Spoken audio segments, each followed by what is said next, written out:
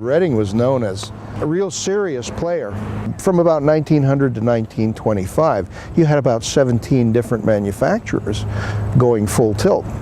Now some came and went and some lasted longer than others, but it was the place to be.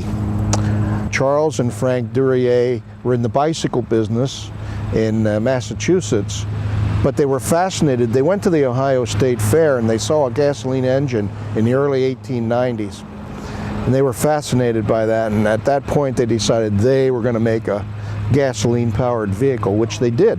Almost everybody will give credit to Daimler, the Mercedes-Benz ancestors in Germany in 1896. Well, here you have the Durie Brothers in 1893 making this car.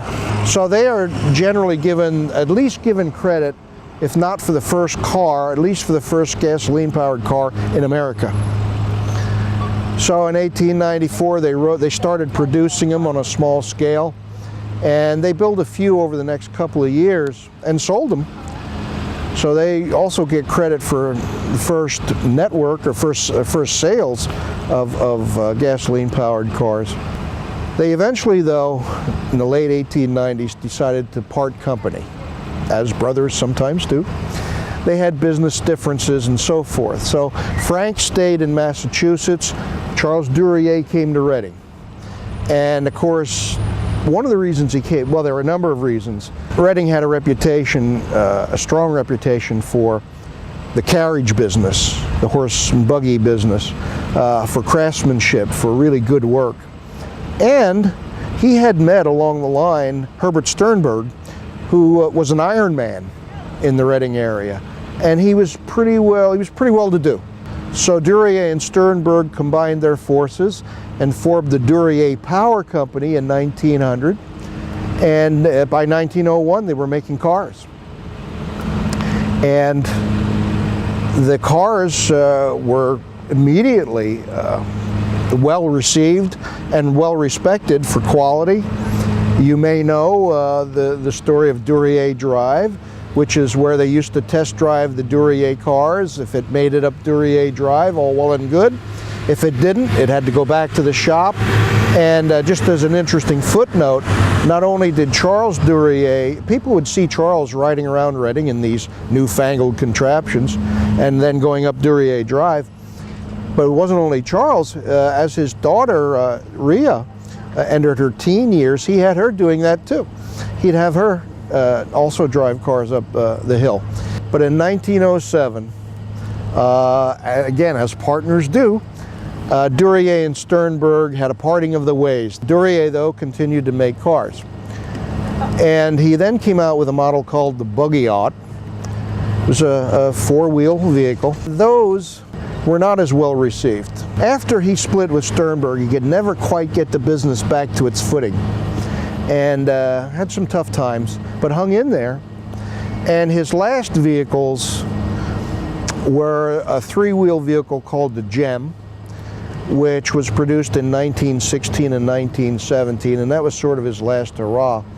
He had always been sort of fascinated with three-wheel vehicles. He thought they were efficient, he could build them low cost, great gas mileage. So his last vehicle was in fact the Gem. There are very few of those that are survived. I have read where there are supposedly only 3 of them in existence.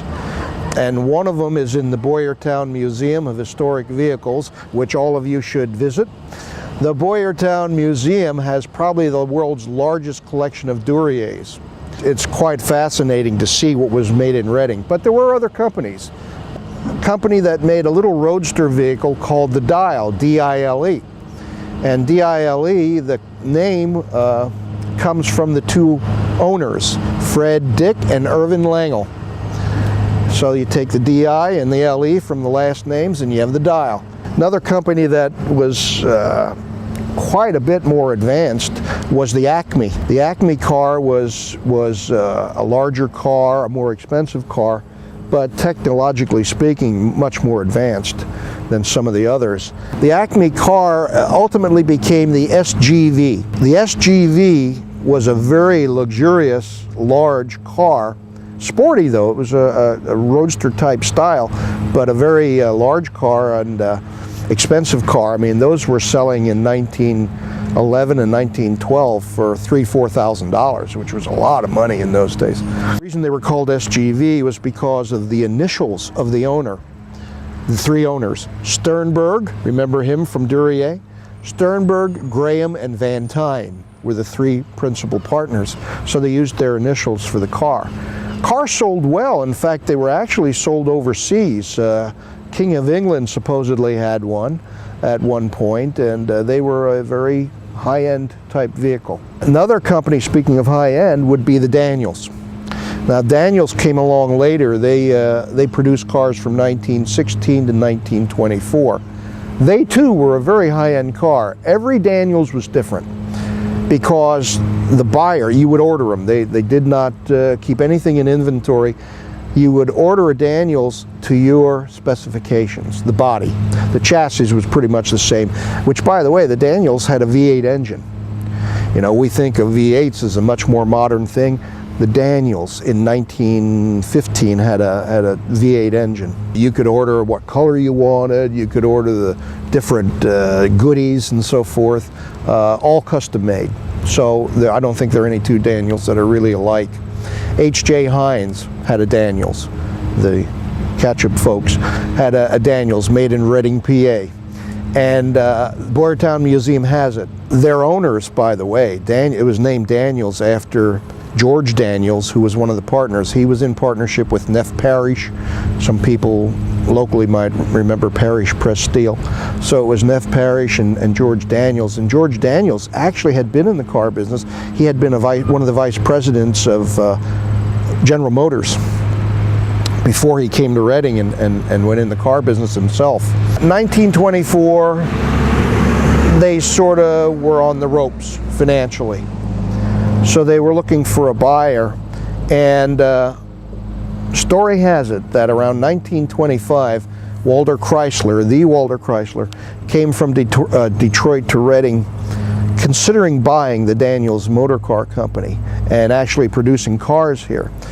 As we know, it didn't work out that way. What he ended up doing was he ended up going back to Detroit, but taking a large portion of the Daniels workforce with him. So there was a lot of activity here, a lot, and it's something that most people, I mean, people know about the Reading Railroad and they know about the Berkshire knitting mills and all the other good stuff, but as far as vehicles, most people have no clue that Reading was such a hub of activity, but indeed it was.